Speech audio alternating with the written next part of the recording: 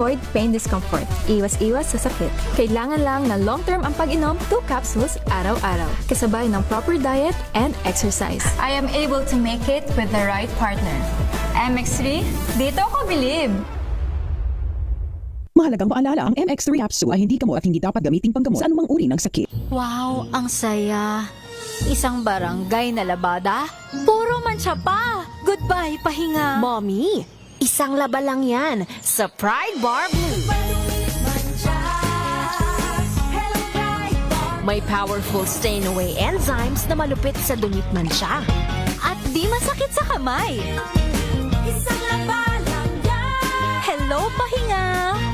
Pride Bar Blue. ACS. Sa lahat ng bagay, simula pa lang, siguraduhing max protection na.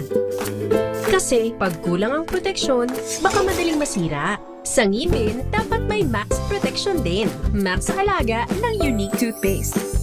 With Max Protect Formula, help stop cavities before they start, while keeping breath fresh. Try unique Maximum Fluoride Protection. Para max alaga, max protektado. ACS. Amoy forever. Amoy LQ. Amoy New Calab Berry Blooms.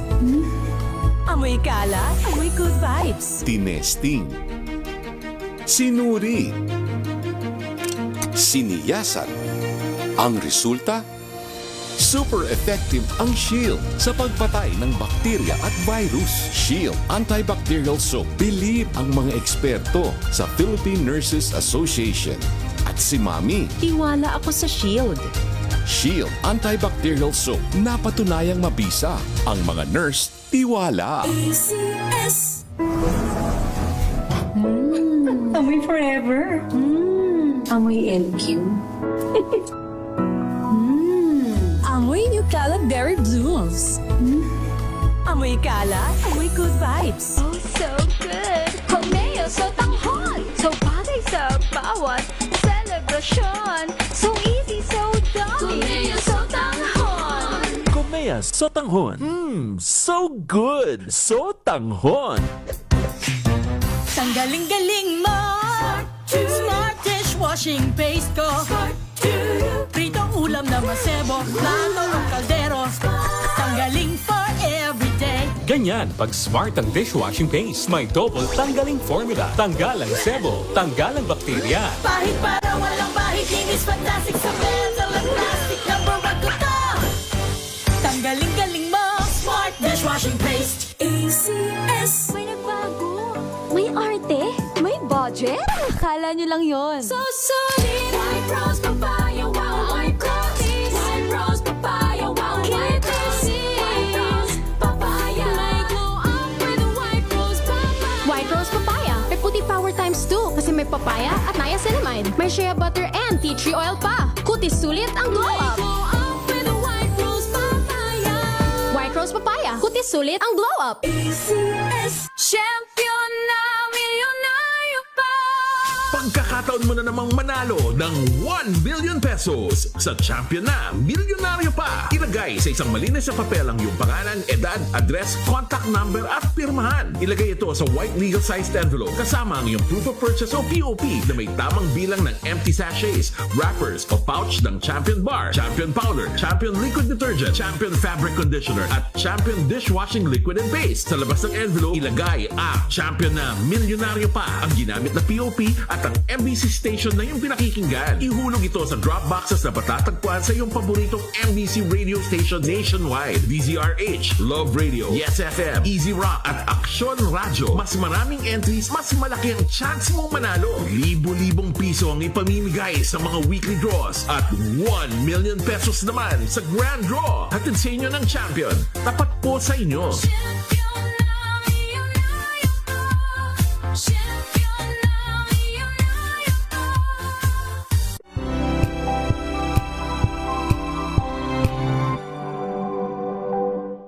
Alamin ang mga maiinit na isyung pambayan.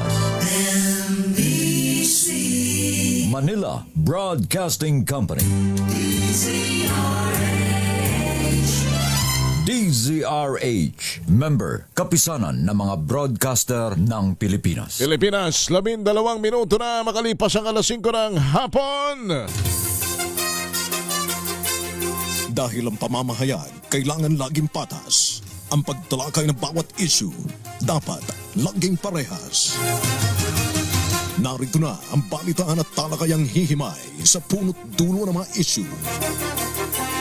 Bawat panig ilalahad sa publiko.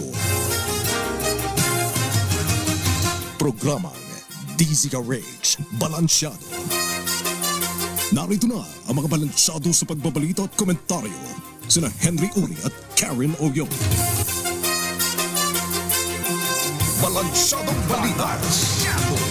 Pilipinas, araw ngayon ng Huwebes, 27 sa buwan ng Nobyembre taong 2025 sa ulo ng mga balansyadong balita.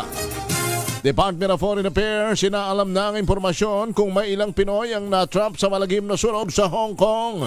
Congressman Sandro Marcos handang humarap sa ICI. 2 contractors na sangkot sa maanomalyang flood control project sa Bulacan kinasuhan ng BIR. Mga sangkot sa pag-abuso sa LOA ng BIR iimbestigahan. Senador Jinggoy Estrada pinagsusumite naman ng Sandigan Bayan ng requirement sa pagbiyahe abroad. Budget ng Office of the Vice President sa 2026 walang hirap na lumusot sa Senado. Halos 4,000 pamilya apektado ng malaking pagbaha sa Cagayan. 82 taong gulang na lolo pinutulan ng dila sa Zamboanga del Sur. Magandang hapon Pilipinas, kami po ang inyong tagapagbalita. Sa pangalan ng Miss O, Miss Karen Oyong, ako si Josa Cruzat. At Henry Uri. Sa detalye ng mga balita, inaalam na ng Department of Foreign Affairs kung totoo ang impormasyon na may ilang Pinoy nga ang natrap sa malagim na sunog sa Hong Kong.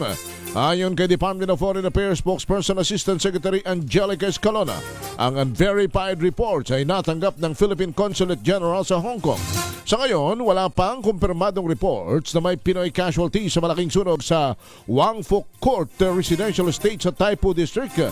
Nagpapatuloy naman ang koordinasyon ng Consul General sa Hong Kong Police Force upang tumulong na sakaling may Pilipinong nasugatan o naapektuhan ng sunog. Batay sa report, hindi bababa sa 44 ang nasawi sa naturang trahedya. At sa update sa balitang yan, umakit pa sa 55 ang nasawi habang mahigit 280 na katao ang nawawala kasunod ng sunog sa high-rise residential tower sa Hong Kong.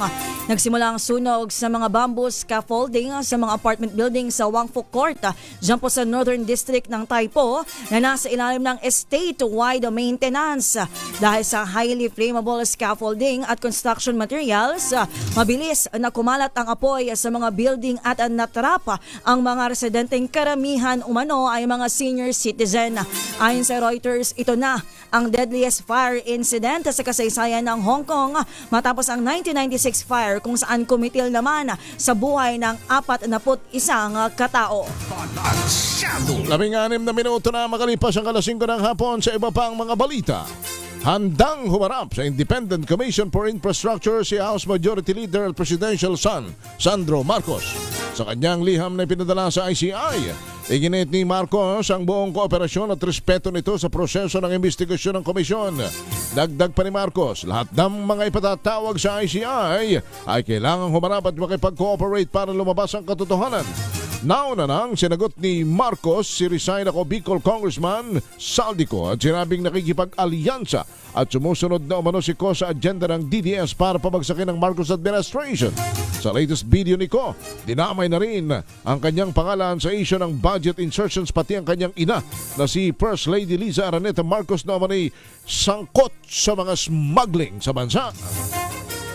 Kinasuhan ng BIR ng tax evasion ang 2 kontratista na sangkot sa maanomalyang flood control project sa Bulacan. Ang kinasuhan ay ang Sims Construction Trading at ang proprietor na si Sally Santos. Gayon din ang IM Construction sa katauhan ng kanilang presidente na si Robert Imperio. Ayon kay BIR Commissioner Charlito Martin, aabot sa 13.80 million pesos ang iniwasang buwis ng respondents sa pamamagitan ng pagsusumite ng mga kahinaan mahinalang dokumento. Batay sa pagsisiyasat, tumanggap ng kabayaran ng IM Construction Corporation para sa konstruksyon ng pumping station at floodgate sa Barangay Santo Rosario, Hagonoy.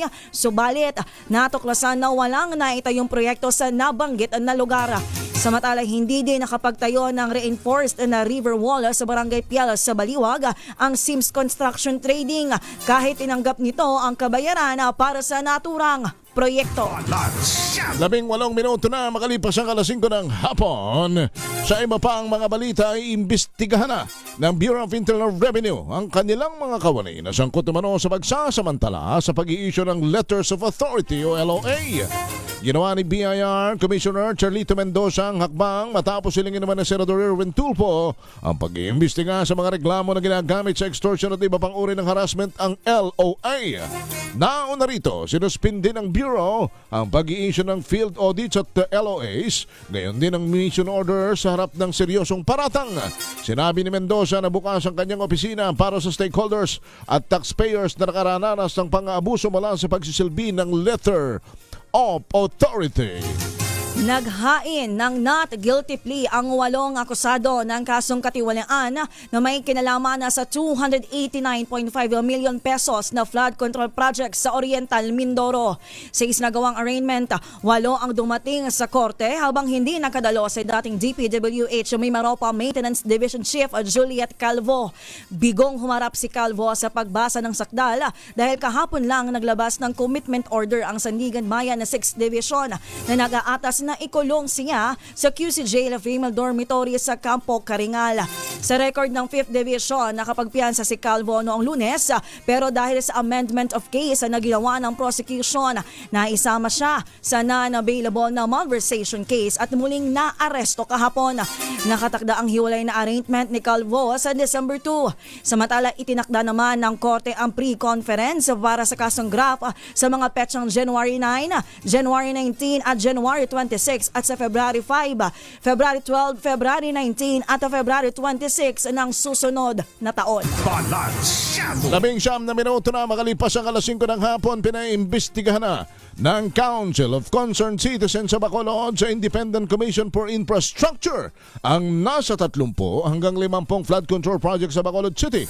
Personal na sinumite ng chairman itong si Attorney Benecito Novero ang report ng konseho na nagsagawa na rin naman ng investigasyon. Ayon sa abogado, may mga ghost, substandard at incomplete tumanong mga proyekto sa kanilang lugar. Pinanukala rin ng grupo na sa ICI na mag-deputize na mga ito ng investigative team sa bawat congressional district. Nabubuoy naman ang mga private citizens, professional at civic-minded people. Narito ang kanyang tinig. We are requesting the ICI, more particularly the Honorable Chair, Justice Reyes, to immediately conduct the investigation.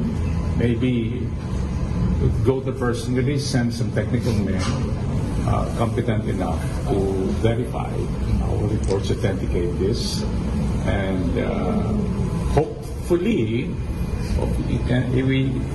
truth can be derived from their investigation. Corrections can be effective accordingly. Samantala, tiniyak ni House Speaker Faustino Boji D. III na makikipagtulungan sila sa investigasyon ng Independent Commission for Infrastructure. Sa isang statement, sinabi ni D na bahagi ng kanilang tungkulin ang accountability kaya dapat handa sila makipagtulungan sa anumang proseso o mandato ng ICI. Ginawa ni D ang pahayag kasunod ng pagharap ng kaso ng ICI sa Ombudsman sa 7 mambabatas. Kabilang dito sina Edwin Guardiola ng Construction Workers Solidarity, James Ang Jr. ng Uswag Ilonggo Party List, Journey Nisay ng Pusong Pinoy Party List, Agustina Pancho ng Bulacan, Joseph Lara ng Cagayan, Francisco Matugas ng Surigao del Norte at Noel Rivera ng Tarlac. 21 minuto na makalipas ang alas 5 ng hapon. Nagpahayag ng commitment sa publiko ang Philippine National Police na tutugisin nila ang 7 pang natitirang wanted dahil sa manumalyang flood control project sa Oriental Mindoro. Babalaan ni Acting PNP Chief Police Lieutenant General Jose Melencio Nartates Jr. na maaaring maharap sa obstruction of justice ang sinumang mapag-aalamang nagkakanlong sa mga akusado. Ginawa ni Nartates ang pahayag kasunod ng pagsisilbi ng CIDG ng arrest warrant sa ikasyam na naarestong akusado na si DPWH 4B Planning Chief Montrexis Tamayo.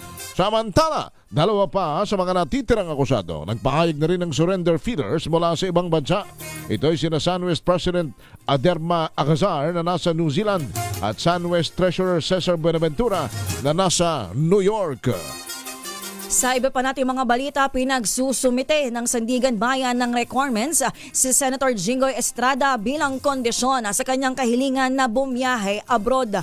Ang direktiba ay mula sa 5th Division ng Anti-Graft Court matapos mag-file ng motion sa Estrada para maglakbay sa Japan mula December 26 hanggang December 31. Nag-request din ang mambabatas na bumiyahe sa Norway, Iceland at Austria mula January 5 hanggang January 15 ng susunod naman na taon. Ayon kay Associate Justice Henergito, binigyan sa Estrada ng 5 araw na palugit para isumite ang requirements na kinabibilangan ng kanyang itinerary, hotel booking details, authority to travel at affidavit of undertaking. Ang naturang senador ay kabilang sa mga nirequest na maisyuhan ng immigration lookout bulletin order dahil sa kanyang pagkakadawit umano sa flood control scam. Si Estrada ay may nakapending pa ring kaso dahil sa PDAF o pork barrel scandal. 23 minuto na makalipas ang alas 5 ng hapon, mabilis namang naaprubahan ng Senado ang 889 million proposed budget ng Office of the Vice President. Sa plenary session, inihain ni Senate Deputy Majority Leader J.B. Ejercito itong mosyong tapusin ang deliberasyon sa pondo ng OBP at walang 5 minuto ay agad itong inaprubahan. Wala ring pagtutol mula sa sinumang senador bago tuloy ang aprubahan ni Senate President Tito Soto ang panukala. Personal na humanap si Vice President Sara sa Senado. Mabilisan naman ang kanyang ginawang press con at tumangin na itong sumagot sa mga tanong ng media. Narito ang kanyang tinig. Dalawa lang po yung sasabihin ko. Unang-una sa inyong lahat, sa Senate beat ng Friends from the Media. The reason na pumunta ako dito ay para batiin kayong lahat ng Blessed Christmas and Happy New Year. And I wish you good health in the year 2026. And we'd like to thank the Senate of the Philippines for approving the OVP year 2026 budget. Shukran. Samantalang umabot na sa higit na 4,000 pamilya o katumbas ng higit 13,000 individual ang naapektuhan ng pagbaha dahil sa walang patid na pag-ulan na dulot ng shear line dyan po sa lalawigan ng Cagayan. Sa monitoring ng Cagayan PDRRMO hanggang kaninang alauna ng hapon, 50 barangay mula sa siyam na bayan sa probinsya ang apektado ng patuloy na pagtaas ng level ng tubig. Nasa halos 700 pamilya ang nananatili sa evacuation centers habang ang iba ay pansamantalang nanunuluyan na sa ibang lugar. Nakaposisyon pa rin ang rescue equipment ng PDRRMO para sa tuloy-tuloy na pagsagip sa mga residenteng mangangailangan ng tulong. 25 minuto na makalipas ang alas 5 ng hapon, isa namang lolo. Isang 82 anyos na lolo ang pinutulan ng dila habang natutulog sa kanilang bahay sa Tukuran sa Zamboanga del Sur. Nakilala ang biktima na si Rogelio Chavez na natagpuan ang kanyang anak na si Berhil na duguan at nawawala ang dila. Batay sa report ni RH Summer 19 June de Macotac, inabutan pa ng anak ng biktima ang suspect na si alias Kim Kim na may problema umano sa pag-iisip na hawak ang patalim na ginamit. Agad na naisugod si Rogelio sa Zamboanga del Sur Medical Center para sa paunang lunas at kalaunan na inilipat na rin sa Margo sa Tubig Regional Hospital para sa operasyon. Samantala, nagkasundo naman ang mga ito at nangakong tutulong ang pamilya ng suspect sa pagpapagamot sa biktima. Nagbigay si Pangulong Ferdinand Marcos Jr. ng 50 million pesos sa Corazon C. Aquino General Hospital bilang karagdagang suporta. Sa kanyang talumpati ng bumisita sa ospital, sinabi ng Pangulo na kukunin ang nasabing pondo mula sa Office of the President. Nasa 7,000 na pasyente ang kayang accommodate ng 3 palapag na ospital na may 50-bed capacity. Binigyan din ni Pangulong Marcos ang kahalagahan ng ugnayan ng national government sa lokal na pamahalaan at sa publiko, lalo na sa pagsasakatuparan ng mga proyekto. Pinuri rin ng Pangulo si Manila Mayor Isko Moreno sa paglalaan ng pondo para gawing moderno ang ospital sa lungsod. Binatikos naman ni Senator Alan Peter Cayetano si Department of Health Secretary Ted Herbosa sa kapalpakan nitong gampanan ng kanyang tungkulin, kaya pinagre-resign niya na rin ito. Sa plenary debate sa Senado, naunang kinwestiyon ni Cayetano ang delayed at kulang na delivery ng bakuna kontra trangkaso o flu vaccine sa mga LGU. Marami umanong mga magulang ang ayaw ng pabakunahan ng kanilang mga anak dahil ang mga bakunang dumadating sa LGU ay isang buwan na nilang o isang buwan ng expired o isang buwan na lang at mae-expired na. Narito po ang kanilang mga tinig. Isang tanong lang, can you guarantee us in 2026 there will be no delays? Because if not, let's get a secretary who can. Ang dami natin pinag-uusapan dito, budget nyo, ang laki-laki. Tapos, yung on time lang yung bakuna. I think it's unacceptable that we do not have a hard answer here that hindi madidelay ang mga bakuna. We're not talking about all kinds of medicines and competing. Ang pinag-uusapan pa lang natin yung routine na bakuna plus sa senior citizen na yung flu. Yung flu lang, hindi natin ma-solve yun. Sumunod naman, kinwestiyon pa ng senador ang hindi pagkakaroon ng survey at update sa mga case rate sa mga ospital sa loob ng ilang taon na nagdudulot ng kalituhan sa bilang o babayaran ng mga pasyente. Balikan natin si Cayetano. If I can do it in 1 week, magre-resign ka? Yes. O sige, call ako. Call ako. So, Mr. President, we will meet tomorrow. And I will bring an IT expert. You bring the list of the 160 hospitals and all of this case rate. Okay? No, sir. Sa iba pang mga balita, dapat mapanagot at mapakulong ang lahat ng sangkot sa katiwalian sa gobyerno at mawakasan ang political dynasties.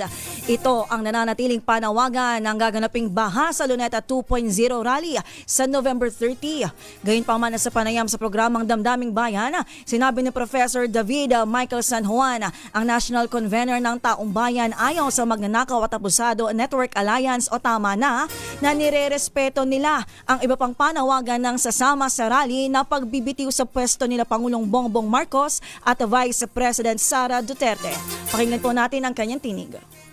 Ang aming publikong panawagan ay panagutin lahat ng sangkot, lawakan at laliman ng investigasyon kahit pa makarating sa palasyo, kahit na masaklaw ang buong gobyerno kung iyon ang kailangan para malaman ang katotohanan. Pero at the same time, nirerespeto namin ang paninindigan naman ng iba naming mga kasamahan sa KBKK, na mayroon na ring ilang grupo na ang panawagan ay Marcos and Duterte resign. Okay. Lilinawin ko ho, yun ang mga naririnig nating pinapanawagan na iba nating grupong kasama.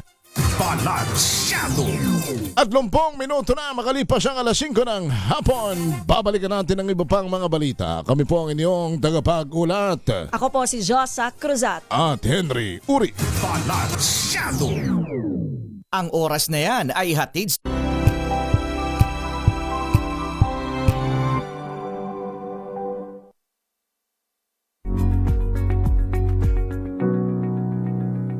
This portion is brought to you by ACS Manufacturing Corporation, ISO certified, maker of world-class quality Pride detergent. Isa ka ba sa mga mahilig kumain ng sili o mga pagkaing maaanghang?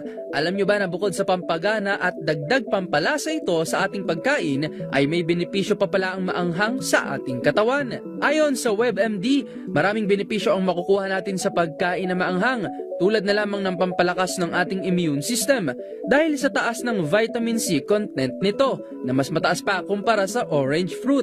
Bukod pa rito, ang pagkain na maanghang ay nakatutulong rin na makapagpabawas ng timbang at mapigilan rin ito ang pagkakaroon ng heart disease at diabetes. Ayon naman sa Healthline, nakatutulong rin ang spicy foods sa pagpapabilis ng ating metabolism at mapabagal ang ating appetite. Lumabas rin sa pag-aaral ng Harvard and China National Center for Disease Control and Prevention 2015, ang pagkain ng spicy food ng 6 hanggang 7 beses kada linggo ay nakapagpababa ng mortality rate ng 14%. Ngunit paalala pa rin ng mga eksperto, lahat ng sobra ay masama pa rin. Mayroon pa ring epekto sa ating katawan kung masobrahan sa pagkain ng mga maanghang. At ang susi nga sa pagkakaroon ng malusog na pangangatawan ay ang pagkakaroon ng balansing pagkain, regular na ehersisyo at pagkakaroon ng sapat na tulog.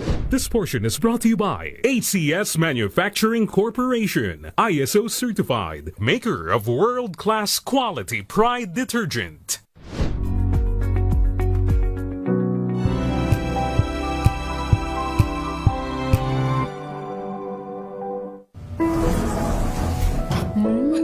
Amoy forever. Amoy LQ. Amoy New Cala Berry Blooms. Amoy Cala, amoy good vibes.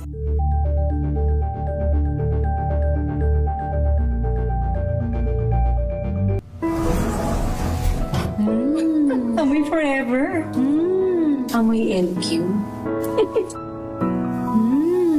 Amoy New Cala Berry Blooms. Amoy Cala, amoy good vibes.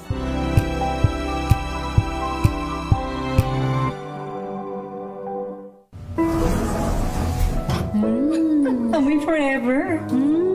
Amoy LQ. Amoy New Cala Berry Blooms.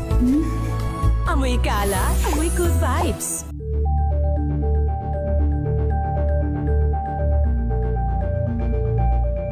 Hello, Washi! Laundry day na naman! Yay! Anong meron? Mancha ng chocolate, putik, may libag pa! Kaya natin yan! With Pride Washing Machine Detergent, may triple stain-away formula. Tanggal ang makapit, madikit, at malupit na dumit mancha. Kaya easy-easy ang labada. Mula noon hanggang ngayon! All you need is pride. All you need is pride. ACS.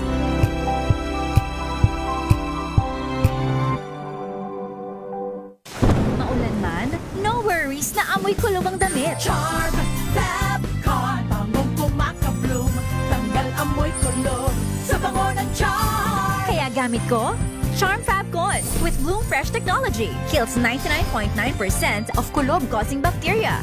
May aroma burst pa of thousands of flowers and berries. Ang sampay sa loob, no amoy kulob. Bangong kumakabloom sa charm. Charm Fabcon. ACS.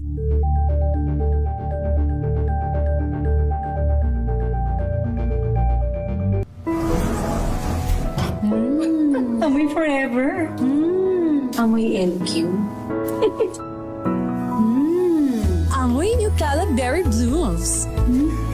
Amoy Cala, amoy good vibes.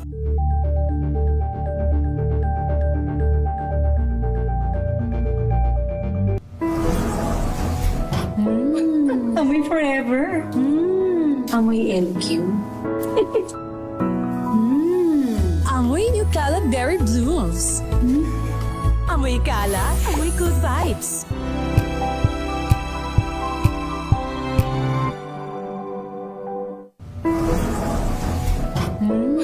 Amoy forever. Amoy LQ. Amoy New Cala Berry Blooms. Amoy Cala, amoy good vibes.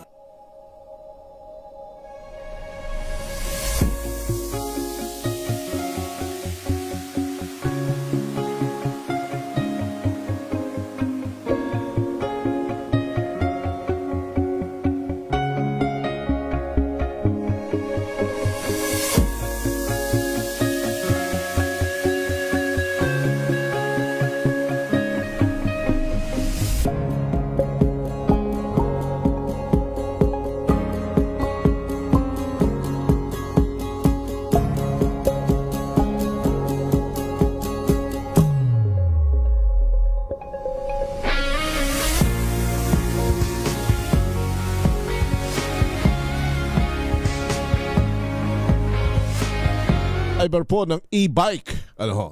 Bay, makinig kayo sapagkat mukhang may bago pong paiiraling kautusan ang Department of Transportation sa pamamagitan po ng LTO. At kung ano itong bago pong patakarang ito tungkol sa mga e-bike, ay aalamin ho natin kay Asek Marcos Lacanilao, ang chief ng LTO na nasa linya natin. Asek, magandang hapon sa inyo. Si Henry Uri po sa DCRH. Magandang hapon po, Sir Henry. At magandang hapon sa lahat ho ng ating tagapakinig at nanonood. Sige po. Ano ho nga ba itong inyong paiiralin patakaran sa mga e-bike? Actually, sir, ganito po kasi yan eh. Yun ho kasing mga e-bikes natin, karamihan po minsan tumatakbo na po sa main Toro Highway. Minsan sa main highway, tumatakbo. Nung isang araw, kahapon ho, nakakita ako, tumatakbo nga ho sa may gilid na EDSA eh. So, bawal na po yan. Huhulihin po namin yan na yung mga e-bikes na tumatakbo sa mga main thoroughfares. National highways, yung mga... Kasi sa totoo lang ka, Henry, yung mga e-bikes, ang ano po talaga niyan for private area lang, nasa loob ng subdivision. Ang nangyayari po ngayon, wala pong proper license o hindi rin naturuan yung mga minsan nagmamaneho, minsan kasama natin sa bahay, minsan bata pa, tumatakbo sa highway. So nagiging sanhi po ng mga aksidente. So kanina nga po nag-attend kami ng budget hearing, isa rin po na sinabi yan ni Senator Raffy Tulfo na totoo naman na talagang nagiging problema. At kailangan na po sigurong gumawa ang gobyerno ng hakbang para po maiwasan kasi nagkakaroon ho ng sanhi ng aksidente. Ako nga muntik nung mabangga nung isang gabi dahil basta na lang ho silang tumatawid. Alright. So ang ano po natin, habang mag-aantay po tayo kung ano pa ang mangyayari kung sa DOTR po kasi magagawa rin ng polisiya niyan kung sila ba ay yung license at registration, pabor po ako doon. Ngayon, ang ano po namin, bawal na muna sila sa highway. Alright. Main thoroughfare, bawal po, wala pong tatakbo sa highway kasi kapag nahuli po namin, i-impound po namin yon. Okay. Asek, dalawang bagay muna bago ko alamin yung parusa, bago ko alamin kung kailan ang implementasyon nito, at bago ko alamin kung iba pa mga pasikot-sikot tungkol sa patakarang ito. Dalawang bagay muna. Ano ba yung e-bike at ano ba yung alin ba dyan ang mga main thoroughfares na binabanggit po ninyo? Baka pwede ninyo kaming ma-educate dyan. Opo, Sir Henry, yung e-bike po yun yung mga nakikita natin na mga electric bike, minsan four-wheel drive, four wheels, minsan two wheels, minsan three wheels ang nakikita natin.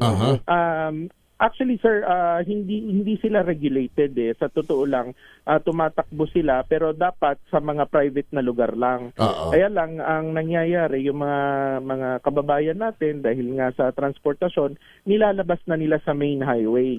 Main highway po yung main thoroughfare na tinatakbuhan. Kaya pinagbabawal na po ngayon 'yan. Kasi nagiging sanhi ng mga aksidente. Ang taas po ng aksidente natin dahil sa mga ganyan. Kasi hindi naman natin sila masisisi, wala silang license, hindi nila alam yung mga traffic rules. Kaya basta na lang po natawid, basta na lang po nagkakat. So yun po. Okay. Kaya po actually, ako nga po, December 1 sana, hulihan na eh. Kaya lang, advice ni Secretary Banoy Lopez na i-inform muna ang public na ganyan. Pero we will give 10 days. Pero from now, araw-araw kami mag-i-inform na bawal na. Okay. Kasi after ng 10 days, sir, talagang diretsuhan yan, i-impound ko po yan. So, ang e-bike ay mga electronic bike o mga bicycle o motorcycle na pinatatakbo ng kuryente na may sidecar. Opo, minsan depende po eh, iba-iba yung itsura. Merong itsurang golf cart, merong itsura na tri-bike, minsan bihira na yung single eh. Pero ganun po ang kadalasan po yung malalaki eh, yung four-wheel. Pero itong mga tumatakbo ditong namamasada, halimbawa dito sa amin ho, sa kahabaan po ng Buendia papunta ng Mall of Asia, dadaan ng Makapagal, yung mga badya ba yun? Ano ba yung pronunciation doon? Yung mga bawal din naman po yan, sir. Bawal din po yan. Pinagbabawal po yan yung mga mga ano, yung mga ano po ba, yun yung mga parang kolong-kolong. Yeah. Oo. E-bike ba yon? Kasi parang crudo naman. Meron pong e-bike na gano'n ang itsura. Okay. Pero yung mga nakikita po natin sa may mga area na parang mga minodify lang sa na kolong-kolong na ginagawa nilang pamasada. Tapos nasa main highway. Basta po yan ay nasa main highway, bawal po yan. Sige, dito na tayo sa main highway. Ito bang Makapagal ay main highway? Opo, Makapagal. Main highway po yan. Oo, mula po dito sa may dulo, bandang Buendia na sa may World Trade, hanggang doon sa may papunta ng Coastal. Opo. Okay. Main thoroughfare po yan. Main thoroughfare. Alright. Talagang marami pong majority dumadaan. Ang Rojas Boulevard ay main highway. Opo. Tama po kayo. Ang EDSA, ang Quezon Avenue, main highway yan. Main highway po yan. Pati ho Aurora Boulevard, main highway yan. Ang Buendia, simula po sa Pasay hanggang sa Makati, sa dulong bahagi ay main highway din. Tama po kayo. Okay. So marami pala. Maraming... Opo. Kaya po, sa totoo lang, ang e-bike po, nasa private na lugar lang. Okay. Kung yung subdivision o yung barangay na kanto-kanto lang, ganun lang. Hindi po nila inilalabas po sa mga main highway o yung malawak na kalye para madali nila maintindihan na maraming sasakyan na dumadaan na lalo na't mabibilis. Paano po kung sa mga service road? Yung mga service road din po, sa totoo lang, dahil ang dami rin pong dumadaan dyan, sir. Talagang hindi po yan. Yun nga po yung private, ito nga yung definition po niya, saan ba siya pwedeng gamitin? Yes. Yung mga private na area. Yung mga subdivision o yung mga sa loob lang ng barangay, no, kanto-kanto lang, ganon siya. Pero hindi po yung mga dinadaanan po ng talagang mga sasakyan. Okay. Main highway or secondary road, para po maiwasan yung mga aksidente. Yung kahabaan ho ng Taft hanggang sa mula Baclaran hanggang sa pinakaduluduluhan sa may papunta ng Caloocan, yan ba ikuan? Main highway ba yan? Secondary road po yan, pero marami pong dumadaan. So pwede rin yan ho, ang e-bike? Pwede rin po. Pwede yung hulihin dyan. So ibig sabihin, bawal din ang e-bike dyan sa Taft? Opo. Okay, malinaw. Sa yung Harrison Street, bawal din. Basta po sir, yung mga dinadaanan talaga ng mga karamihan ng mga sasakyan natin na highway o secondary road, talaga pong nagkakaroon po talaga ng sanhi ng aksidente. Huwag naman pong magagalit ang lahat. Kaya lang tingnan po natin yung datos yung mga naaaksidente. Kami po sa LTO, pinag-aano po namin yung road safety. Basta dumadaan, basta dumadaan ng PUJ, PUBs, private mga truck, ang kategorya niyan ay national or secondary road, bawal sila riyan. Opo. Ayan. Ngayon, ay papaano kaya ito? Marami-rami ito. Do you have enough na ma-deputize ninyo para makapanghuli nito? Yes, marami naman pong deputize ang LTO, pati nga yung mga LGU. Pero we will inform the LGU, sir, para malaman nila yung mga pagbabawal na nito, para mahuli rin po nila. Okay. Kasi sa totoo lang, sabi nga po ni Senator Tulfo kanina, parang lumalabas na sila na ngayon yung hari ng karsada na bigla silang tumatawid, na walang tingin. Talagang cause po talaga ng aksidente, sir. Tingnan ho nila yung datos ng aksidente. Alam ko kailangan ng mga kababayan natin ng transport, pero ang importante ho yung ligtas sila makauwi sa bahay nila. Kaysa naman po sila mapahamak. At ano ho ang penalty pag nahuli? I-impound po namin yan. First huli pa lang, impound na? Ang ilalabas po namin, kasi wala po sila mga lisensya, sir. So, ang ilalabas po namin yung guidelines, pero i-impound po talaga. Okay. Sa second offense, hindi. Kung ikanin nyo... Kasi impound na po. Wala nang second offense. So, basta nakita ninyo riyan, kumpiskahin na. Opo, pag nasa highway po, i-impound po talaga yun. Nako, ito ba ho ay effective din? Hindi lamang sa Metro Manila, buong bansa ba ito? Buong Pilipinas po. Buong Pilipinas. Nako, mag-iingat ako palagay ko mabigat-bigat ito. Opo, kailangan po nating sumunod, sir, kasi sa totoo lang, yan ang nagiging problema, sir. Naunawaan ko mga kababayan natin, pero importante pa rin po yung disiplina. Kaysa naman magkaroon ng aksidente, sir, yung safety din naman nila ang iniisip namin. Pero Asek, ito ho ba ay may hakbang ba na paano ba malilisensya? Mare-regulate yan? Paano mare-register yan? Sir, nasa proseso po kami na para mapapilan, mairehistro yung mga at saka magkaroon po ng lisensya yung mga nagmamaneho para po maintindihan nila. Pero pansamantala, wag po nilang gamitin sa main highway. Wag nilang hayaan mga anak nila minor de edad nagda-drive sa main highway, minsan isang buong pamilya pa. At baka pwede rin ho namang through your department, yung mga nagbebenta nito yung mapagsabihan na huwag naman kayo magpakawala nito nang walang rehistro. Pag nagbenta kayo nito, kasi hodang dumagdag sa bayad, huwag ninyong hayaang lumalabas na sa kalye para bagang bumili lang ng bisikletang dalawang gulong nang mabili, sinakyan na, wala nang usap-usap, di ho ba? Totoo po yan. Oo, yung mga manufacturer, Asek, baka pwedeng makausap ninyo at masabihan. Maganda po ang inyong panukala. So, ipapatawag ko po yung mga dealers para maunawaan naman po nila. Hindi naman namin hanap buhay nila. Pero kailangan po talaga, safety pa rin ang number one. Road safety po eh. Opo. At siguro ma-empower na ho yung mga barangay na kasi alam naman siguro, madali naman siguro para hindi na kayo mahirapan, bago pa lang dumating ito, ang DILG sana makapag-memo na sa mga barangay chairman na kung sino man ang may mga e-bike sa kanilang mga lugar ay masabihan na bago pa dumating ang deadline ninyo na para hindi na sila makalabas. Opo. Sige po, sa DILG. Kasi ngayon naman, madali na ho ang Viber ng mga opisyalis. Opo. Madali na pong i-inform. I-Viber na lang yung mga barangay chairman sa buong Pilipinas. Makakarating na agad yan na, lahat ng may mga e-bike, sabihan ha,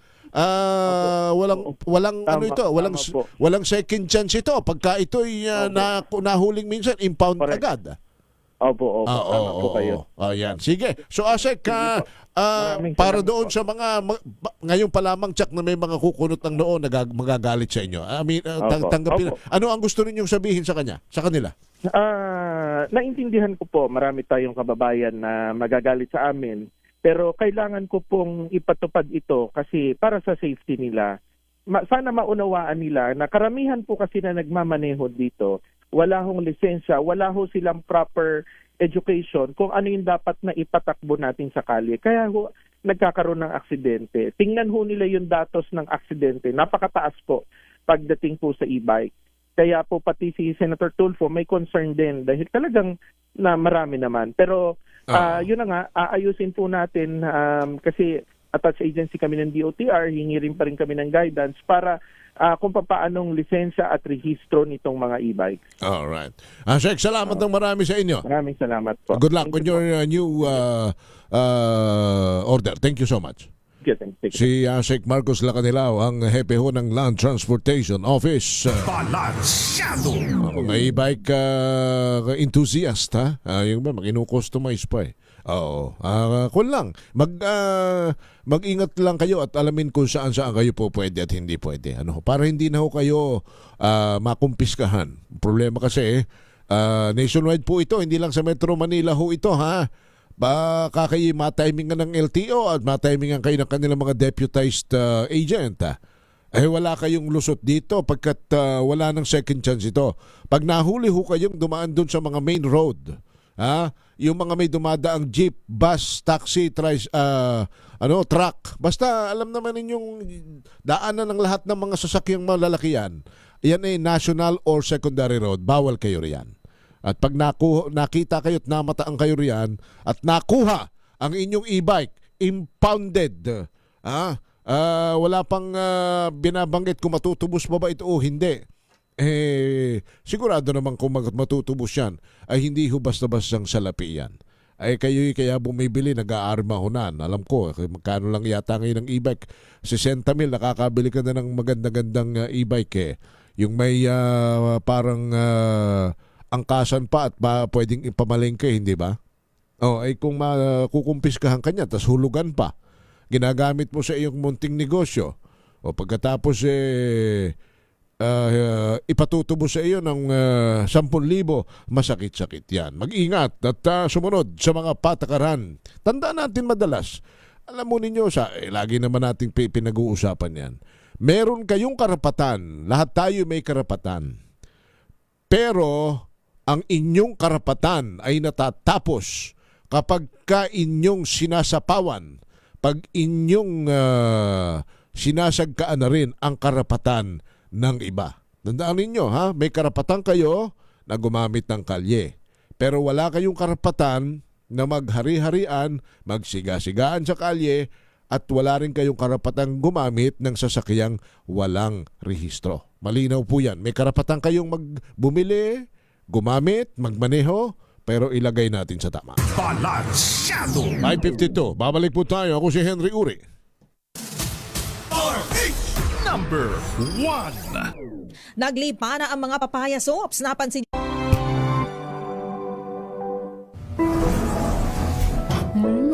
Amoy forever. Amoy LQ. Amoy New Cala Berry Blooms. Amoy Cala, amoy good vibes.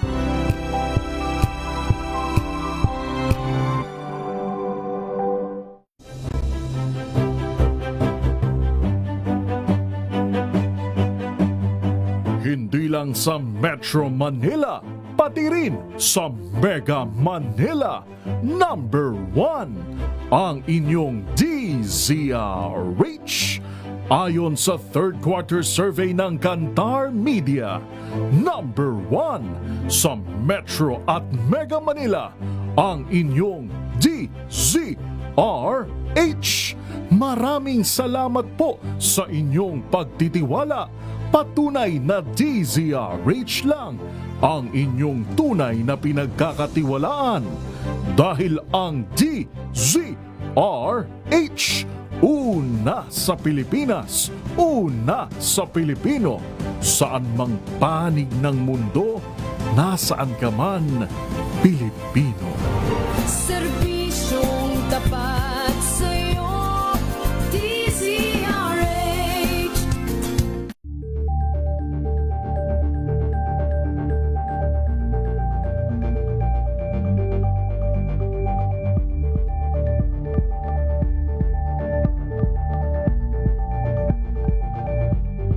We've got you covered. From the hottest hits, exclusive interviews, kilig to the bones fan meet experience, and hataw performances of your favorite stars. Saturdays, 12 noon, dito lang sa DZRH TV.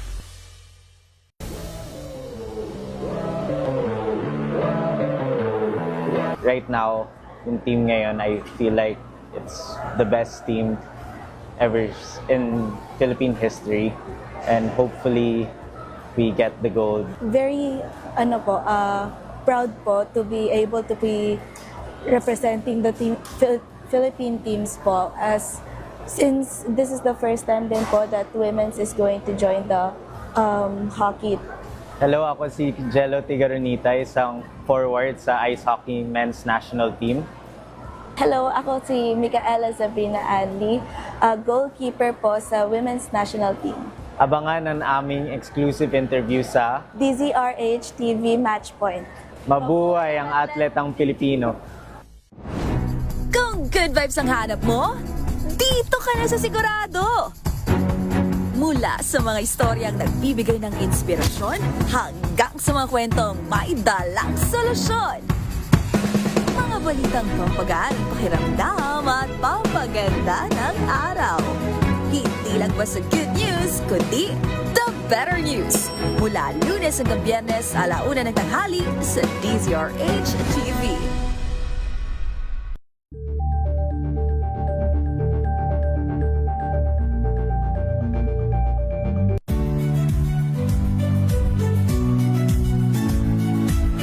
Magandang araw mga kaibigan. Ito po ang inyong balerina ng bayan, si Lisa Makuhay Lizalde, na nag-aanyaya sa inyong samahan kami at ang aming mga espesyal na panauhin para sa kalahating oras ng masayang kwentuhan sa aming programang Art to Art, kung saan ang usapang sining at kultura ay para sa lahat.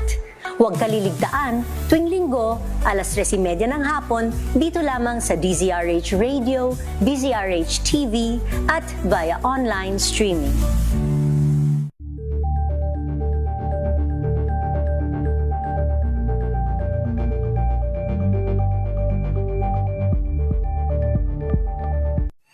Mga balitang gigising sa inyong umaga. Mga balitang kailangan mong malaman. Mapapakinggan sa ACS Balita sa 2x2. Kasama sina Anthony Taberna at Jerry Baha. Lunes hanggang Biyernes.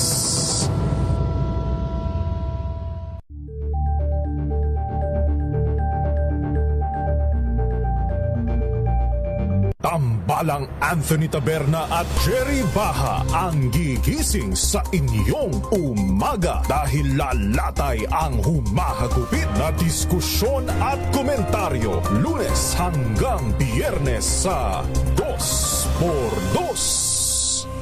E-trike, hindi natin na-emphasize yun. Yung e-bike, 2 gulong na electric.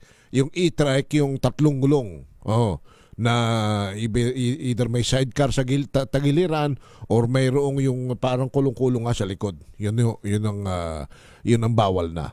Sige. Edi kayo na may nakapakinig siguro at pwede ninyong i-replay yung interview natin kay Asik Lala Kanilaw para kayo'y mabigyan natin ng mas maliwanagan kayo.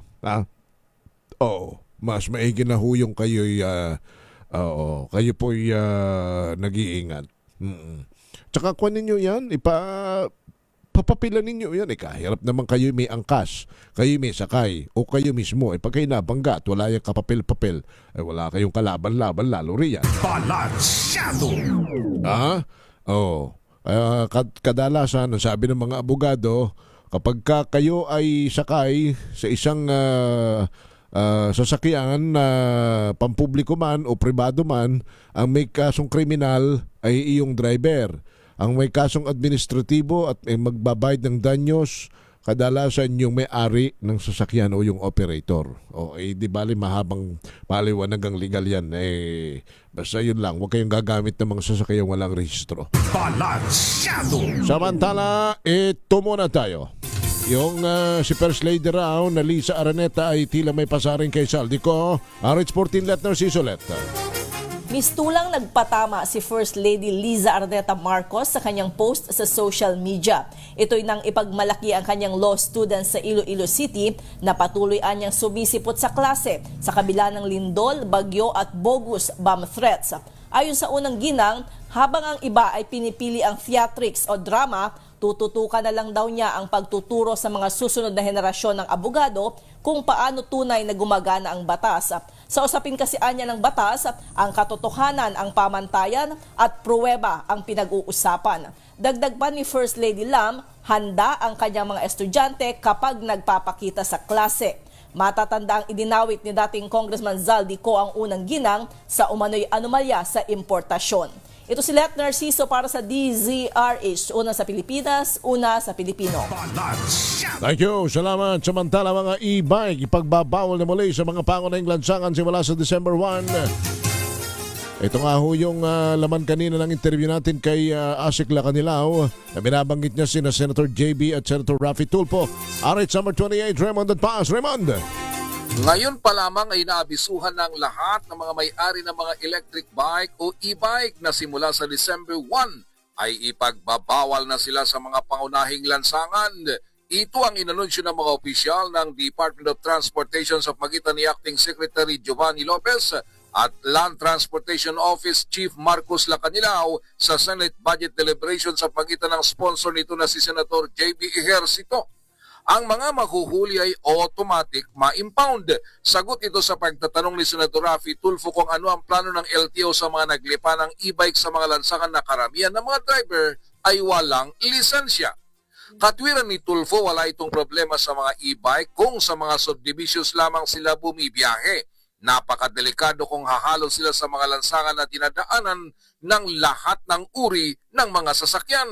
Ilang grupo umano ng mga Tricycle Drivers Association ang dumulog sa kanya at inirereklamo ang mga e-bike na namamasada at inaagawan sila ng hanap buhay.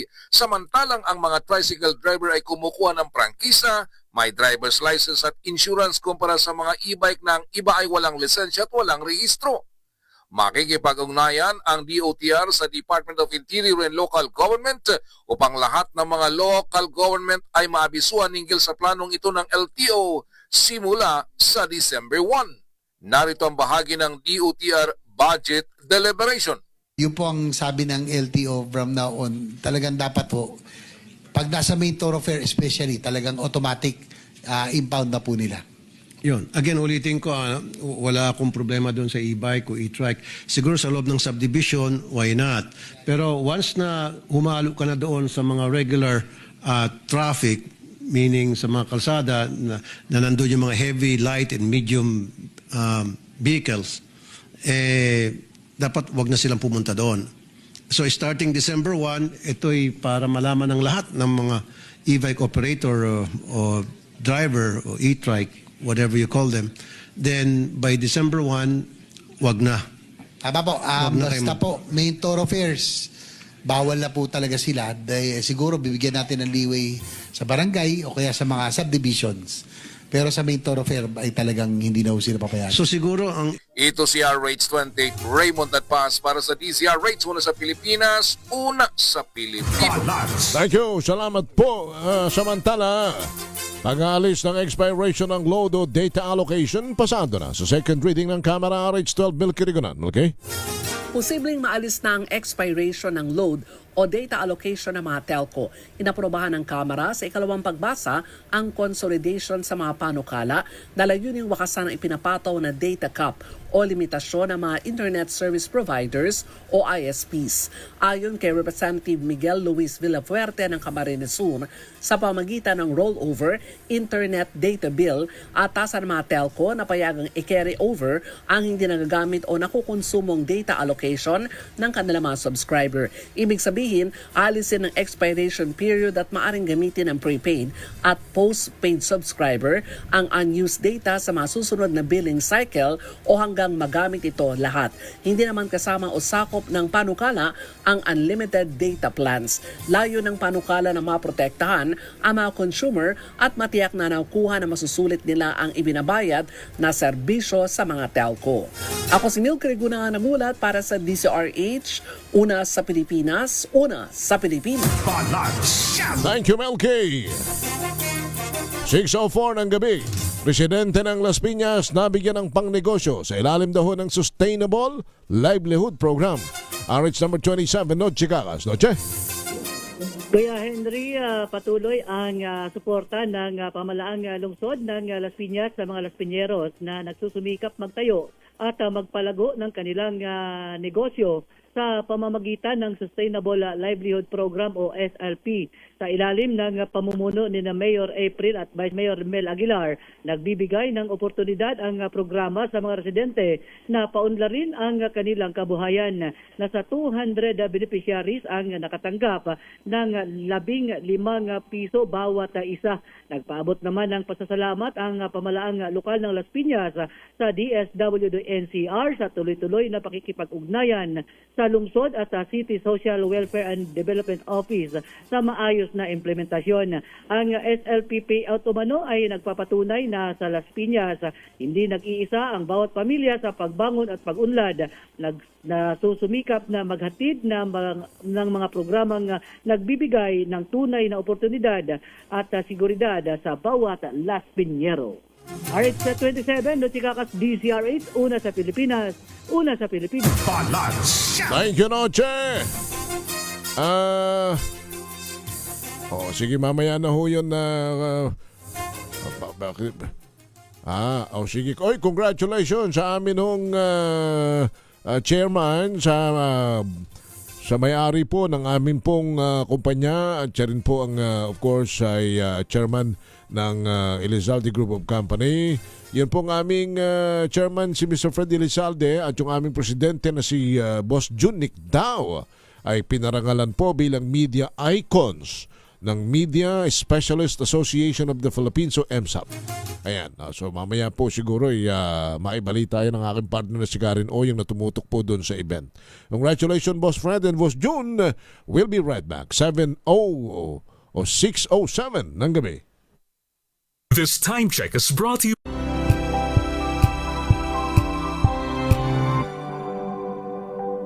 Wow, ang saya. Isang barangay na labada, puro mancha pa. Goodbye, pahinga. Mommy, isang laba lang yan sa Pride Bar Blue. May powerful stain-away enzymes na malupit sa dumit mancha. At di masakit sa kamay. Isang laba lang yan. Hello, pahinga. Hello, Pride Bar Blue. ACS. Sa lahat ng bagay, simula pa lang, siguraduhing max protection na. Kasi pag kulang ang proteksyon, baka madaling masira. Sa ngipin, dapat may max protection din. Max sa halaga ng Unique Toothpaste. With Max Protect Formula, help stop cavities before they start, while keeping breath fresh.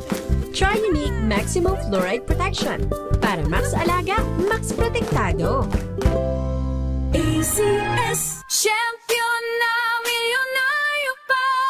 Pagkakataon mo na namang manalo ng 1 billion pesos sa Champion na Milyonaryo Pa. Ilagay sa isang malinis na papel ang iyong pangalan, edad, address, contact number at pirmahan. Ilagay ito sa white legal-sized envelope kasama ang iyong proof of purchase o POP na may tamang bilang ng empty sachets, wrappers o pouch ng Champion Bar, Champion Powder, Champion Liquid Detergent, Champion Fabric Conditioner at Champion Dishwashing Liquid and Paste. Sa labas ng envelope, ilagay ang Champion na Milyonaryo Pa, ang ginamit na POP at ang MBC station na yung pinakikinggan. Ihulog ito sa drop boxes na patatagpuan sa iyong paboritong MBC radio station nationwide. DZRH, Love Radio, Yes FM, Easy Rock at Aksyon Radio. Mas maraming entries, mas malaki ang chance mong manalo. Libo-libong piso ang ipamimigay sa mga weekly draws at 1 million pesos naman sa grand draw. Hatid sa inyo ng Champion. Tapat po sa inyo.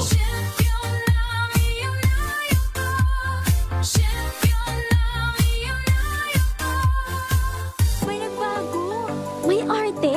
May budget?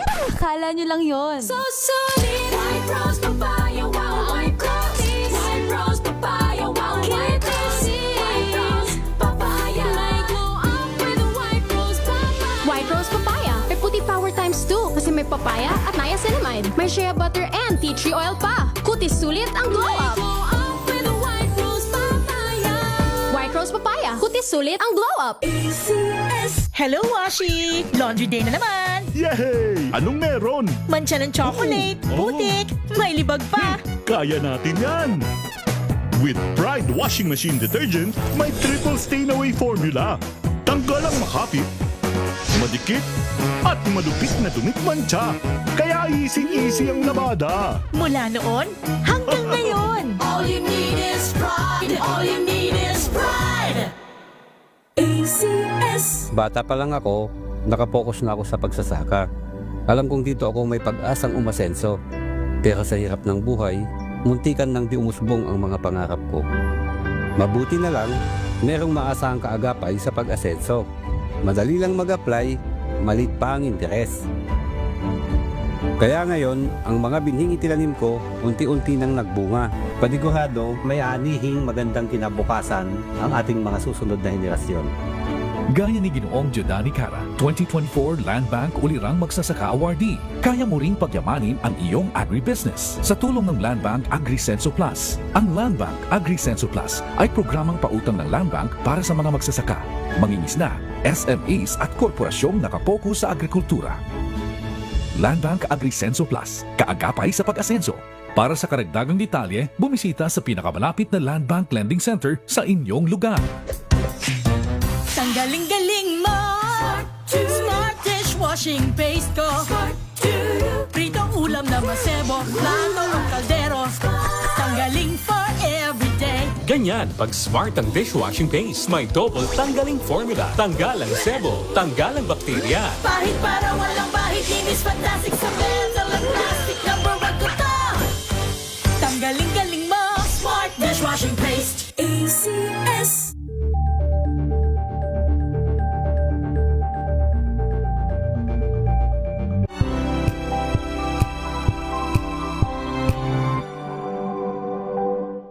Basahin ko lamang po itong siguro na may kayo'y naka-follow din o baka nabasa na rin ninyo ito. Ito hong isinyer pinasabog ni Congressman Leandro Libiste ng Batangas. Abay, mantakin ho ninyo, ibinulugar po ni Congressman Sandro na mayroon pa rin ho pala na insertion sa 2026 budget amounting to 497 billion. At ito po ay inilabas niya kaninang umaga na ang sinasabi po niya bukod po doon sa insertion ng 2025 budget na 722 billion, meron pa rin pong 497 billion insertion para naman sa 2026. Ito ho'y saksagsagan ng anomalyang iniimbestigahan ng ICI at ng Blue Ribbon Committee ng Senado tungkol sa flood control, ghost project, defective project, so on and so forth. Na ito rin ho ay sa kalagitnaan ng pagsasabi ng Pangulo ng chairman ng Committee on Appropriations po ng Senado at Kongreso na wala na. Maski ng Department of Finance at Budget and Management, ang sinasabi po nila, wala na daw pong insertion sa 2026 budget. Pero dito po sa natuklasan ni Congressman Sandro Libiste, sinasabi po niya na mayroon pang 496.97 billion specific insertion for DPWH. At alam po ninyo, ang sinasabi rito ng ni Congressman Libiste, natuklasan niya na ang ICI, sinabi daw sa kanya ng ICI, Libiste noted that the ICI told him that DPWH did not give them these files or any list of proponents, kasi yun daw hong data na ito niya ay nakuha ni Libiste, ito ang sinasabi po niya, ito daw data na natuklasan niya, ay galing sa DPWH database.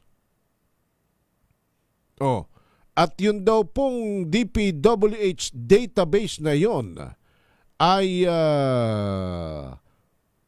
files. Ano po? Ni Undersecretary, sabi niya, he obtained from the office of former DPWH Undersecretary Catalina Cabral. Ito yung isinasangkot sa flood control anomaly na mayroon database daw si Cabral na hindi ipinakikita sa ICI at ang opisina daw ni Cabral, ang sabi ni Libiste, ay naka-cordoned off. Pero nakakuha si Libiste ng dokumento galing kay Cabral na sa 2026 budget, mantakin ninyo. Hindi pa nga napipirmahan yung 2026 budget Mayroon daw hong insertion pa rin doon ang DPWH na 496.97 billion. Ito po ay galing pagbubunyag, pagbubulgar ni Congressman Leandro Libiste ng Batangas. At siguro bukas kung pagbibigyan tayo ni Secretary Vince Dizon, makuha naman natin ang kanyang panig, sagot dito po sa bagay na ito. Balansyado! Medyo kwan lang po ito. Medyo siguro maski kayo riyan mababastosan kayo sapagkat kung totoo ito At hindi pa naman natin ginajudge na ito ngay tunay pagkat isang panig pa ho ang nakukuha natin kay Congressman Libiste lang. Yung panig po ni Secretary Vince Dizon ng DPWH kailangan ding mahagilap natin at marinig natin. Ano, ha? Pero kung ito na may totoo, na itinago ito pagkatapos na bulgar, ibinoyang po ni Congressman Libiste, talagang nakakabastos po ito sa ating mga taxpayer. Sapagkat isipin ninyo, hindi pa nga ho mawari at ubos maisip natin kung paano ipaliliwanag yung trilyones na flood control funds na nalustay from 2022 to 2025. Akala natin wala na. At sinasabi naman mismo ng Kongreso, di ba? Nabasa ko at napanood ko pa si Congresswoman Swansing. Sinasabi niya, wala na ho walang insertion, ikang mga ganyan sa 2026 budget. Ano ito? Congresswoman Swansing na sinasabi ni Congressman Libiste na ito, na mahigit sa 400 bilyon pa ang naka-insert sa 2026 budget for Department of Public Works and Highways. Balansyado! Samantala, dumako tayo sa mga report mula naman sa... ito na pala. Yung, okay na, ready na ba si Karen? Yung amin pong chairman at saka yung presidente namin ay pinangarangalan po ng Media Specialist Association of the Philippines bilang Media Icons. Narito ang report ng aking partner na si Karen Oyong. Karen? Kinilala ang malaking ambag ni MBC Media Group o MMG Chairman na Fred J. Elizalde at President Roberto Nicdao Jr. ng Media Specialist Association of the Philippines o MSAP kasabay ng ginanap na MSAP 2025 Summit sa Space at One Ayala sa Makati City simula November 26 hanggang November 27. Sa panayam kay Nicdao matapos siyang gawaran ng pagkilala sa MSAP Media Awards 2025, sinabi nitong ikinatutuwa niyang makonsidera bilang isa sa mga media icons ngayong taon at nangakong mas pag-iibayuhin pa ang pagsisikap upang maging karapat-dapat para sa naturang parangal. I'm very happy that I was considered one of the media icons for this year. So I'm really happy.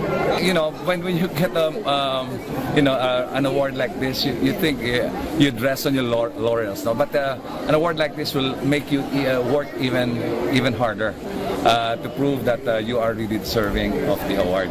Ayon pa kay Nicdao, batid niya ang kahalagahan ng pagkilala ng hindi lamang isa kundi dalawang ehekutibo galing sa MMG, kung saan na pinarangalan din si Chairman Fred Elizalde, ang founder ng Manila Broadcasting Company. Banggit ni Nicdao, pinapakita lang nito na mahalagang bahagi ng industriya ng Philippine media ang MMG. The fact that two of us from the MBC Media Group, our own chairman and leader, and myself were awarded this adds a lot more meaning to the awards that we receive. No? It just means that our company is a very important component or part of this the Philippine media industry in more ways than one. Nang tanungin kung saan patungo ang ebolusyon ng media sa mga susunod na taon, sagot ni Nicdao na mahirap itong mahulaan dahil sa pabago-bago ng panahon, dala ang pagbabago sa bagong teknolohiya. So difficult to predict, no? I mean, things change so much, especially with all these new technologies, and AI is going to drive a lot of this development that's happening in our industry.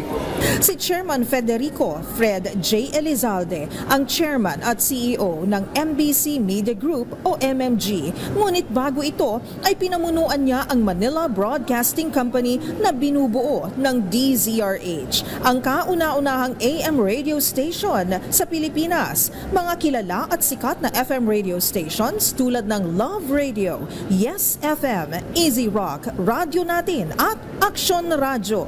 Samantala, si Roberto Nicdao Jr. ang tumatayong president ng MBC Media Group, MBC Resources Incorporated at MBC Marketing and Sales Incorporated. Siya ang vice chairman ng kapisanan ng mga broadcaster ng Pilipinas Reyes o KBP, Chairman ng Advertising Foundation of the Philippines, Freedom Fund for Filipino Journalists at Chairman ng Board of Trustees ng St. Scholastica's College, Manila. Siya rin ang founding chairman ng Ad Standards Council at current director ng naturang organisasyon. Ako si RH4 Karen Oyong, nag-uulat para sa DZRH. Una sa Pilipinas, una sa Pilipino. Thank you, Karen. Congratulations po mga boss, Boss Fred and Boss June. Sabi nga ni Katon yung at Kan Jerry wala ba tayo dyan? Salamat po. Congratulations. Thank you, Karen. Doon siya nagtatanong kung sino daw ang nag-insert pa doon sa 2026 budget na mahigit sa 400 bilyon, close to 500 billion. Ang nakalagay po sa sinasabi ho ni Congressman Libiste ay ito'y insertion para sa proyekto ng mga senador, congressman. Pati daw ho ilang mga cabinet secretaries hanggang undersecretaries ay merong insertions doon ho sa proposed budget for 2026. Yan, ha? Para siguro nasagot na natin yon. Sino ikaw nag-insert? Mga senador, congressman, cabinet secretaries at undersecretaries batay doon sa pagbubunyag po ni Congressman Leandro Libiste.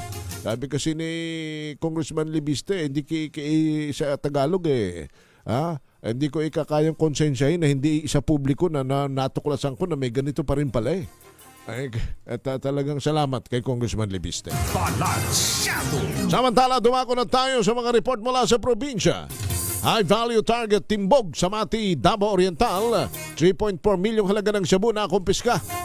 Balita mula kay June Suter ng Action Radio Davao. June.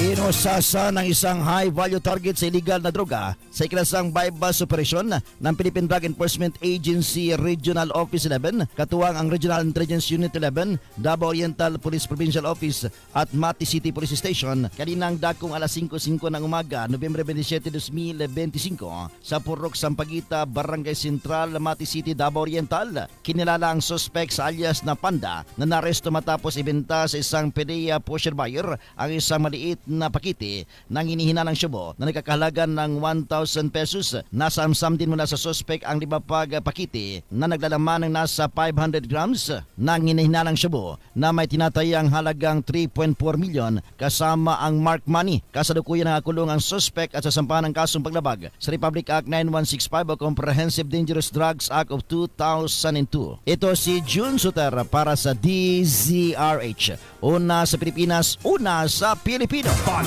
Thank you, June Suter. Oy, Mayor, si Mayor Bruce ng Laurel. Mayor, magandang hapon sa inyo. May magandang gabi dyan sa Laurel. Si Mayor Lindon Masikat Bruce ng ang makisig at matigas na mayor po ng Laurel dyan sa Batangas. Samantala, senior citizen na gwardiya arestado naman sa bypass operation sa Urdaneta City sa Pangasinan. RH38, Freddy Pajardo. Freddy. Nasa kustodiya ngayon ng Urdaneta City Police Station ang arestadong suspect na isang 60 anyos na lalaki, building guard, may live-in partner at residente ng barangay Labit Proper, Urdaneta City matapos itong maaresto sa bypass operasyong inilatag ng PNP. Batay sa ulat ni Urdaneta City Acting Chief of Police Lieutenant Colonel Hinan Tipitpitan, nagsagawa ng operasyon ng RPDEU katuwang ang RID Pro 1, PDIG-SOU 1, PIU, PDEU ng Pangasinan PPO at Urdaneta City Police bandang alas 2 ng madaling araw kung saan isang nagpanggap na buyer at nakabili sa suspect ng 2 plastic sachet na naglalaman ng hinihinalang shabu na tumitimbang ng 2 gramo at may street track price na 13,600 pesos at agad itong inaresto. Nabawi sa suspect ang ginamit na mark money sa operasyon. Naharap ngayon ito sa kaso ng paglabag sa Republic Act 9165, Comprehensive Dangerous Drug Act of 2002. Mula sa Action Radio Pangasinan, ito si Freddy Fajardo, Aristarate Taguulat para sa DCRH, una sa Pilipinas, una sa Pilipino. Thank you, Freddy. Pag-aresto naman sa isang ama sa ikinasang bypass operation sa Samal, Bataan, ikinatuwa ng sariling anak. Dani Gumilang, RH37, Dani. Ikinatawa ng isang anak na dalaga ang pagkakaaresto ng kanyang mismo sariling 46 anyos na ama dahil ito sa pagkakalulong na rin sa illegal na droga sa barangay Calaguima, Samal, Bataan. Ayon kay Police Major Gary Lupian, ang suspect na kanilang naaresto ay isang tricycle driver na nakumpiska nila ito ng 5.69 gramo ng shabu na nagkakalaga ito sa 38,682 pesos at cellphone gamit ito sa transaksyon sa pagbebenta ng droga. Ginagawa umunong pwestuhan ng suspect ang kanilang sariling bahay sa paggamit ng illegal na droga, kaya naman galit na galit ang sariling anak nitong babae na kung sino-sino ang nadadat ng mga lalaki sa bahay nila at nagkalat ang mga drug paraphernalia.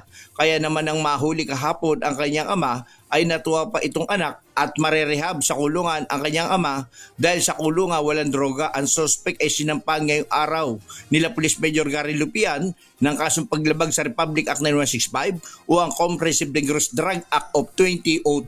Dani Kumilang, RH37, DCRH, una sa Pilipinas, una sa Pilipino.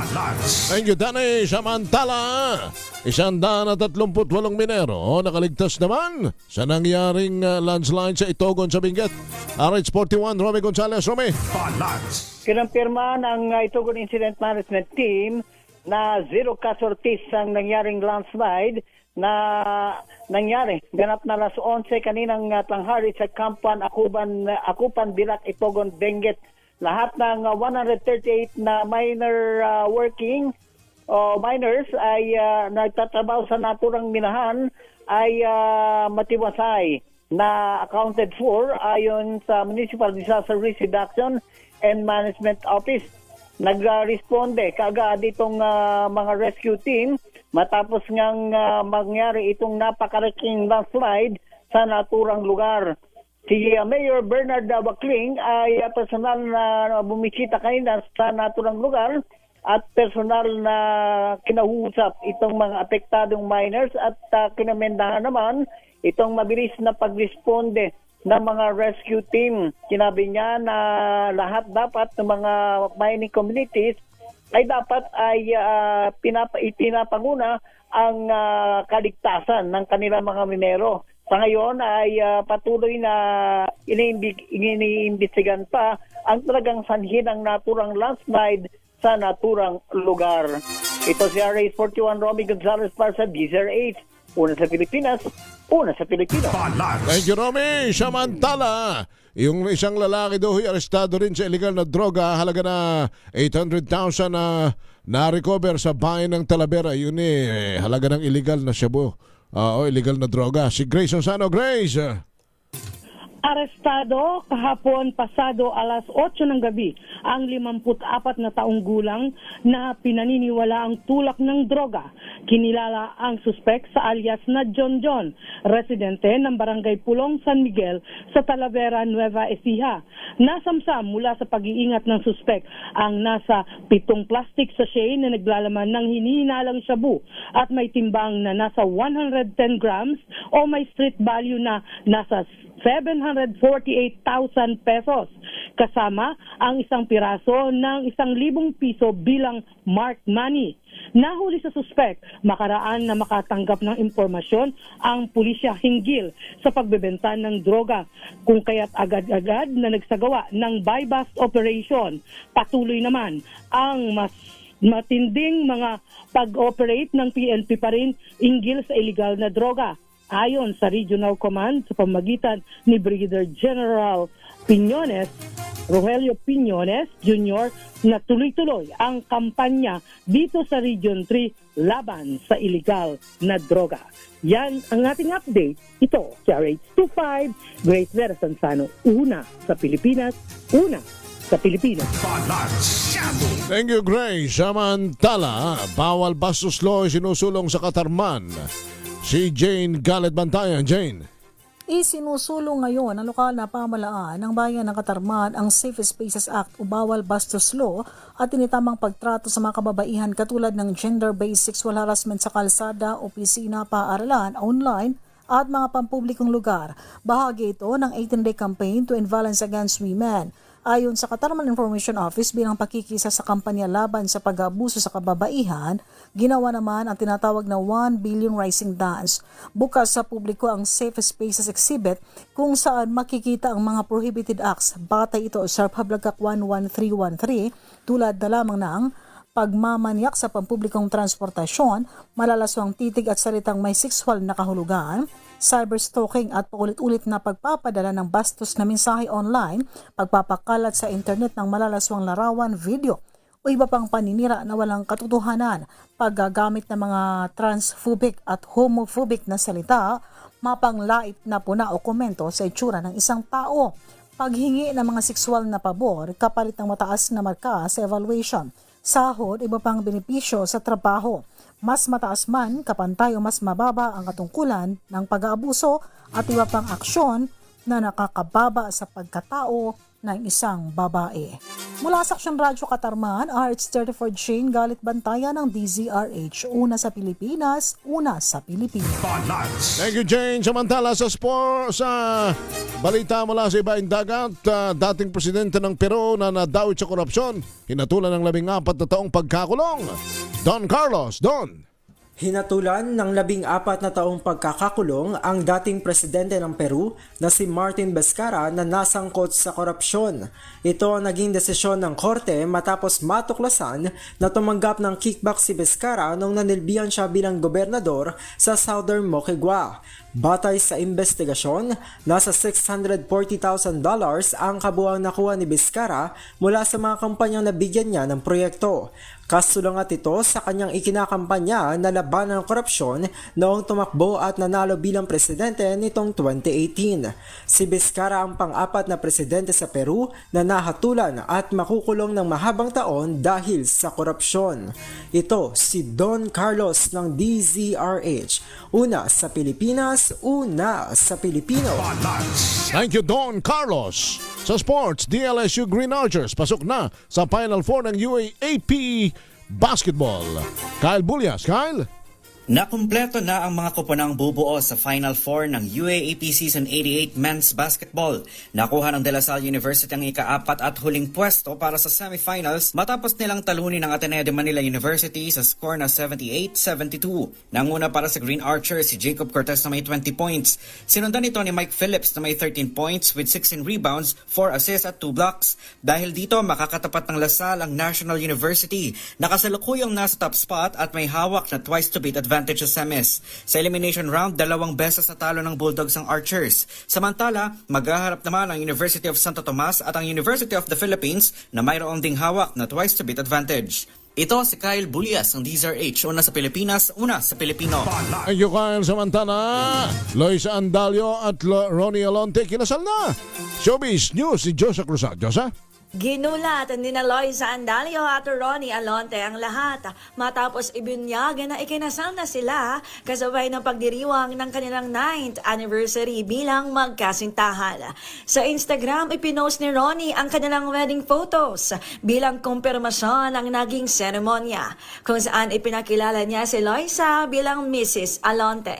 Kita sa mga larawan ng kanilang outdoor at intimate ceremony na dinaluhan lamang ng mga malalapit na pamilya at kaibigan. Batay na rin yan sa mga kumakalat na TikTok clips. Marami ang nagulat dahil ilang araw pa lamang ang nakalipas mula lang i-anunsyo ng celebrity couple ang kanilang engagement. Matatanda ang nagsimula ang kanilang relasyon noong November 2016 at ngayon makalipas ang 9 na taon, opisyal na mag-asawa sina Loisa at Ronnie. Ito si Josa Cruzat nag-uulat para sa DZRH, una sa Pilipinas, una sa Pilipino. I-ready na ang inyong cellphone dahil tinatawagan na namin ang next winner sa Kring Kring Panalo Malakas sa telepono. At tatawagan na natin, thank you Josa Cruzat, tatawagan na natin si Ma'am Christina Canlas ng Malolos, Bulacan para sa ating Kring Kring Panalo promo. Ma'am Christina, magandang gabi po. Hello po, magandang gabi. Ayan, ako Ma'am Christina, ano ho ang himpilan ng radyo na una sa Pilipinas? Una sa Pilipino. Siyempre ho, DCRA. Ayan. Congratulations sa inyo. Nanalo po kayo ng 500 pesos. Huwag niyo pong ibababa at may padadala sa inyo ni Josa ang ating premyo. Salamat, Mrs. Ayan, si Mrs. Christina Canlas at sumayin nyo na po ang Balansyado. Mga balita sa araw na ito, ika-27 sa buwan ng Nobyembre taong 2025. Sa ngalan ng aking partner na si Karen Oyong at si Josa Cruz. At ako po si Henry Uri. Balansyado. Ang oras na yan ay hatid sa inyo ng